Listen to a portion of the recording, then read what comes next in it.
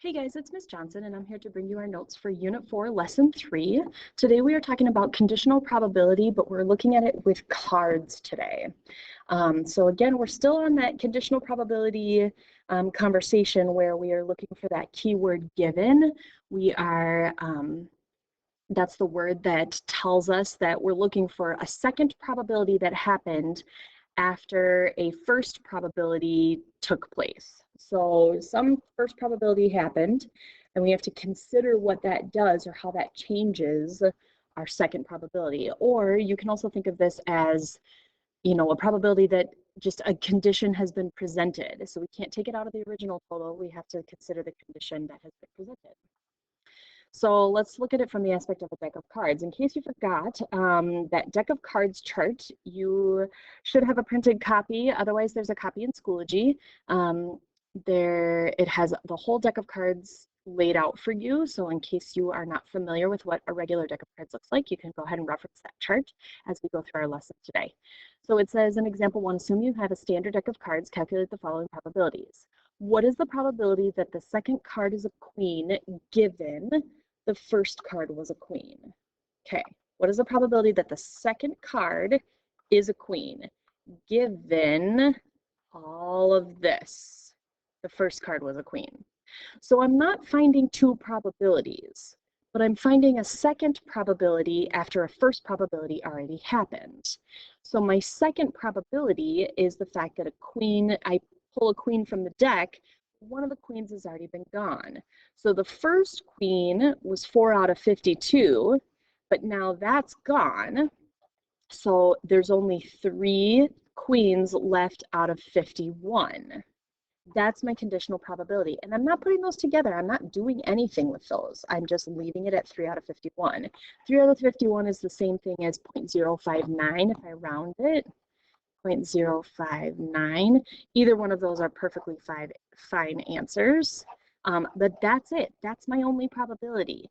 I need to recognize that this took place, take it out of the deck, and now look at what's left and see how many I have of what I want for my successes. So the probability, let's look at part B. The probability that the second card is a queen given the first card was a 7. So there's that given again.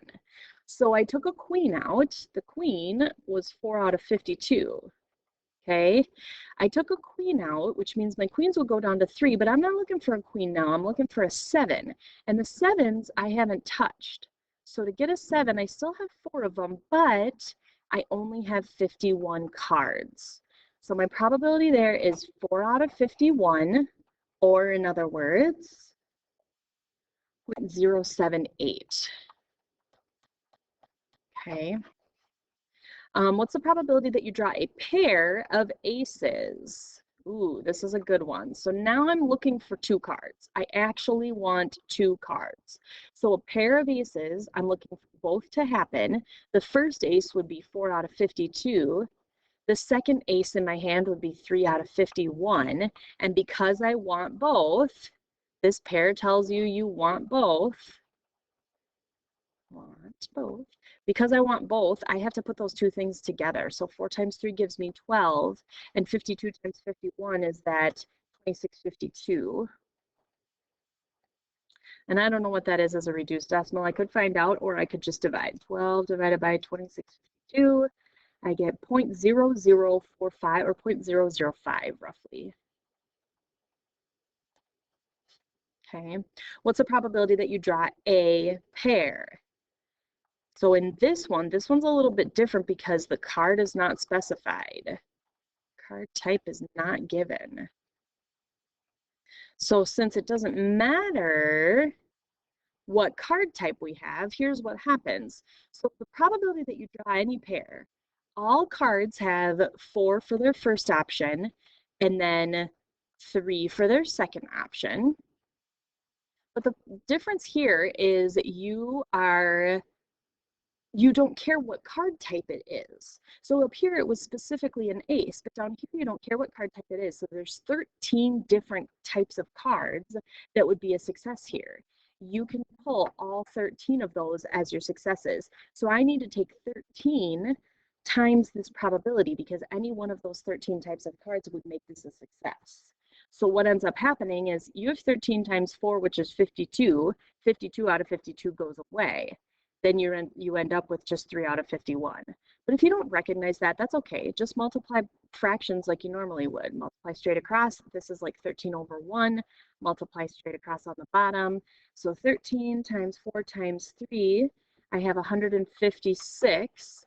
And then 52 times 51 is at 2652. And I bet you we end up with that same 3 out of 51 decimal, 2652. Yep, 0.059. All right, then probability you draw 3 of a kind. So this is similar, except I'm going to throw a third card in there. So I start with 4 out of 52. Then I have 3 out of 51. Then if I want a third card of the same type, now I'm looking at 2 out of 50. Okay, and then again, the type of card is not specified. So I'm going to multiply by 13 different options that could be my successes for that. So if I go through and multiply those all the way across, this is 13 over 1, go all the way across, all the way across. 13 times 4 times 3 times 2 is 312. And then the 52 times 51 times 50, I get 132,600, big number. So 312 divided by that 132,600 gives me 0.002. Now you know why this is such a good hand in poker. When you get 3 of a kind, you had 0.002 of an opportunity to actually get that 3 of a kind, which is pretty rare. All right, so let's take a look at example 2. So in example 2, it says, assume you have a jar with 6 blue, 7 red, 5 green and 2 yellow marbles. You draw out marbles with no replacement. Calculate the following probabilities. What is the probability that the second marble is blue given the first was blue? So first, you need to know that n. You need to know your total. Remember, that's one of those things that I said you'd be finding pretty much every day in this class. So 6, 7, 5, and 2. 6 and 7 is 13. 13 and 5 is 18, 19, 20. So 20 is your total. There are 6 blue in the jar. So the second blue marble, if you take a blue marble out, the 6 goes down to a 5 and the 20 goes down to a 19. So the second blue marble is 5 out of 19. 5 out of 19, if you turn it into a decimal, is 0.263. So, and again, either one of these fractions, or either one of these, a reduced fraction or a decimal to the third place, is just fine. Those will work both ways. What's the probability that you pull out 2 red marbles? Now you want both. Okay, you need to combine those together. If we want 2 probabilities to happen at the same time, we have to multiply. So 2 red marbles would be 6 out of 20 times 5 out of 19. That's how that looks different than the conditional part in part A where we use that word given. So 6 times 5 is 30. 20 times 19 is going to be 380. And 30 divided by 380 gives me 0.079. So again, this is where you've got 30 out of 380. You would not see it like that on a test. If this is a multiple choice test, because that's not reduced form. I can tell already they both end in a 0. That you could reduce it, or you could just give me the decimal out to the third place.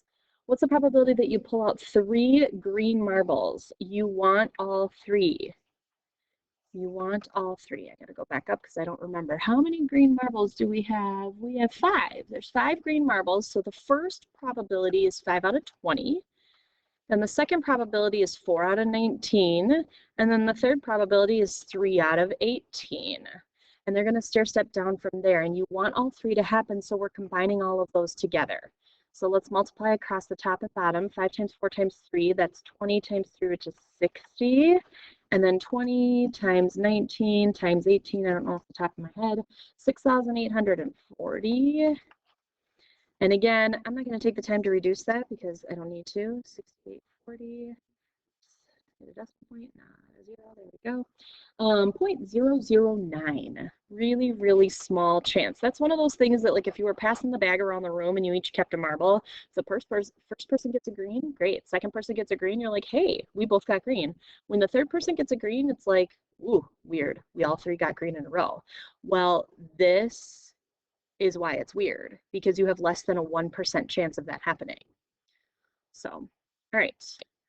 So here's just some other notation for you that we have that can be in place of these words that we've been using. So these two little U's, the U that is upside down and the U that looks like a U, these are called union and intersection. The one that looks like a U is a union. You're looking for where either one of these things will happen. The one that's facing down is called an intersection. And that gives you the and. You don't necessarily need to know those words, union and intersection. What you need to remember is that this one upside down is going to be an and. So what that means is you want both things, or in other words, you're going to multiply, okay? The U that looks like a U is an or. That's when you're going to add because you have multiple successes, okay? So that's one probability, but multiple successes. There's no great way to remember the two of these. I have one of those silly ways to remember things, kind of like when you learned the alligator and the alligator eats the bigger number. My silly way for learning or for remembering this is that the one that's upside down makes an A. You can make an A for and. Okay, A for and. So A for and means that I'm going to multiply. Okay, and then the U is my or, then I have multiple successes and I need to add. Last notation that you'll see is the straight up and down line that looks like an I, but it's not. I shouldn't have colored over that, it's hard to see. It looks like I or an L, but it's not. It's a straight up and down line that means given, okay? So this is the probability of A given B. And what I remember with this one is that this line means that the thing after it is your new total. That's the thing that's your condition. Okay, that B is the thing that already happened, and you're trying to find A after B already happened. All right, so let's look at some of these notations. So in example 3, it says, assume you have 15 chips in a jar. There are 3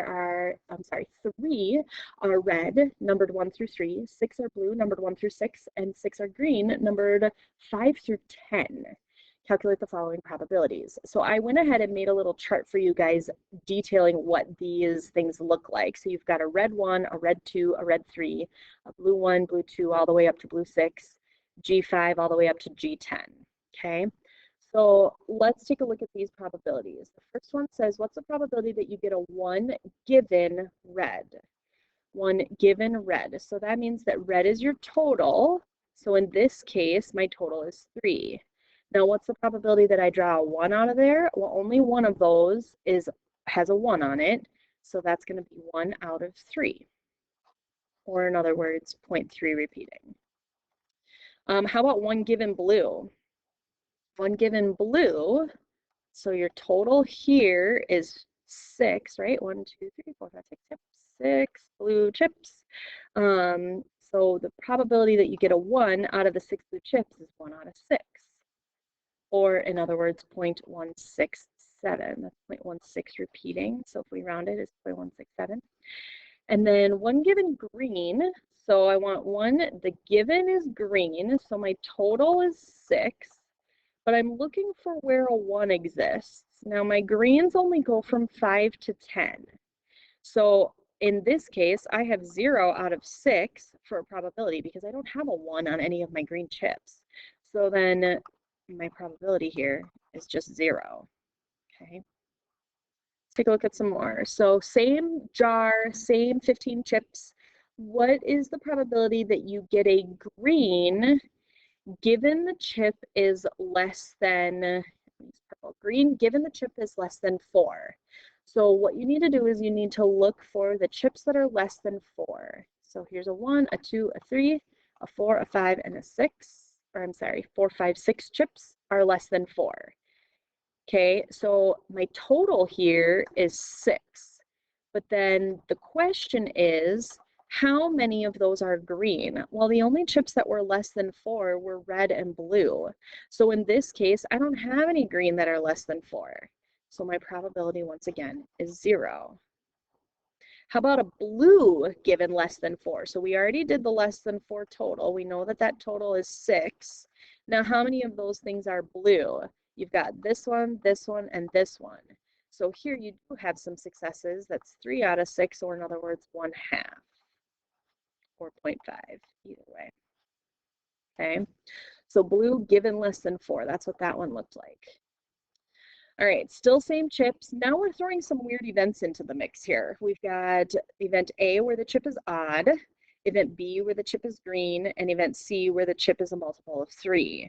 So the first thing that I'm going to do is I'm going to go through and find the totals for each of these events, because that's just going to help me go through. So for event A, the chip is odd. Look for all your odd chips. There's 1, 2, 3, 4, 5, 6, 7, 8. So there's 8 total. For the chip is green, that's easy. They're just all the green ones. That's 6 total. And the chip being a multiple of 3, that's 1, 2, 3, 4, 5. 5 total. Okay, multiple of 3 is like if you were counting by 3s, 3, 6, 9, 12, and so on and so forth. So all we have here is 3, 3, 6, 6, and 9. Okay, so let's just find these probabilities now. What's the probability that you get event A? Probability that you get event A out of the total number of chips. We found that there are 8 chips that are odd. The total number of chips is 15, I know that. 8 out of 15, a little more than half, 533, 0.533 there. What's the probability of B and C? Remember that upside down U is an and, so I'm looking at 2 probabilities at the same time. So I've got the probability that the chip is, event B is green, and C is multiple of 3. So the probability that the chip is green and multiple of 3. Green and multiple of 3 is going to be this one, and that's it. 2 out of 15 here. So there's 2 chips that have those 2 successes with them out of the whole lot of 15 of them. So 2 out of 15 is 0.133. So that works, or it could have been the 2 out of 15 as well. That's fine. Probability of A and B. Now they just used the word and, which is fine. So what is the probability of drawing a chip that is both odd, here I'll switch colors for you, odd and green? Odd and green is this 5, this 7, and this 9. There are 3 of them. 3 out of 15 is the same thing as 1 out of 5, or in other words, 0.2. Okay. Now we've got an OR involved. So remember, this right side up U is an OR. So what's the probability that the chip is green or the chip is a multiple of 3? So you're going to see how this one looks a little bit different than green and multiple of 3 that was right above us. So green or multiple of 3. Here's where we have to add our 2 successes together and subtract the duplicates. So the probability that a chip is green is 6 out of 15. The probability that a chip is a multiple of 3 is 5 out of 15. But how many of those chips got counted twice? So this is a green one that's a multiple of 3, and this is a green one that's a multiple of 3. So those 2 chips got counted in both categories. I need to take them away. So subtract out the duplicates, minus 2. So 6 plus 15, or I'm sorry, 6 plus 5 is 11. 11 minus 2 is 9. I end up with 9 out of 15, and 9 out of 15 is 0.6. Okay, so again, this is your OR, this one is your AND. So AND means you have to have both things successful. OR means you could have either success, but you got to make sure you take away the duplicates. All right, same chips, same events. Now we're going to just do a couple of given examples. So we already looked at, what did I have? 8, 6, and 5, right? So this was 8 total, this was 6 total, this was 5 total. So the probability of C we found was 5 out of 15, which is a third. 1/3, or in other words, 0.3 repeating. Okay, so now let's get into the given. So when we do the probability of B, green, given A, odd, what that means is that the A's are our total. So I know now my fraction is going to be out of the 8 odd total chips. The 8 total odd chips, I should say. So now, how many of those 8 odd chips, which are these ones, 1, 3, 1, 3, 5, 5, 7, 9. How many of those chips are blue? There's 1, 2, 3 of them. So my probability here, if my given condition is the fact that the chip is odd, there are 3 of those odd chips that are blue. So 3 out of 8 gives me 0.325, I believe. 375. Ah, so close. 0.375. All right. Now A given B. So check this out. All I did was flip the letters. It changes my total. So now I'm looking for the fact that the chip is odd given the fact that it is green. Okay. Oh, did I look at blue and not green? Oh, it's the same. There's 3 odds that are green. Sorry, my bad. That was probably very confusing. I meant green, not blue, but it's still 3 because 5, 7, and 9. My bad. Okay, so probability of A given B. So the probability that the chip is odd given the fact that it's green. So given the fact that it is green, you're looking at 6 total. So that means my fraction is out of 6. Now, how many of those 6 greens are odd? Well, it's the same 3 that we looked at in the last one. You've got 5 and 7 and 9. So your successes here end up being the same. The 3 chips that were successful here were the 3 chips that were both green and odd. Both green and odd. And that's what happens in given probabilities. It just so happens that your condition is different. So whatever is in the denominator is what changed, because the given condition here was that it was odd. The given condition there was that the chip was green. So 3 out of 6 now, which gives me 1/2, or in other words, 5. Either way. All right, so now last one, B given C. So the given condition here is that the chip is a multiple of 3. That's my total. My total is going to be those 5 chips that are multiples of 3. Now my successes are the ones that are green. So what chips are green and a multiple of 3? Right there and right there. There's 2 of them. So when you have a given condition, like being a multiple of 3, so it was this one, this, nope, not that one. This one, this one, this one, this one, and this one. Those are your 5 chips that are multiples of 3. If that's my given condition, that means that those are the only 5 chips that I'm looking at, okay? All right, so that concludes our notes for lesson 4.3 today. Thanks for listening. Good luck on your practice assignment, and I will see you next time.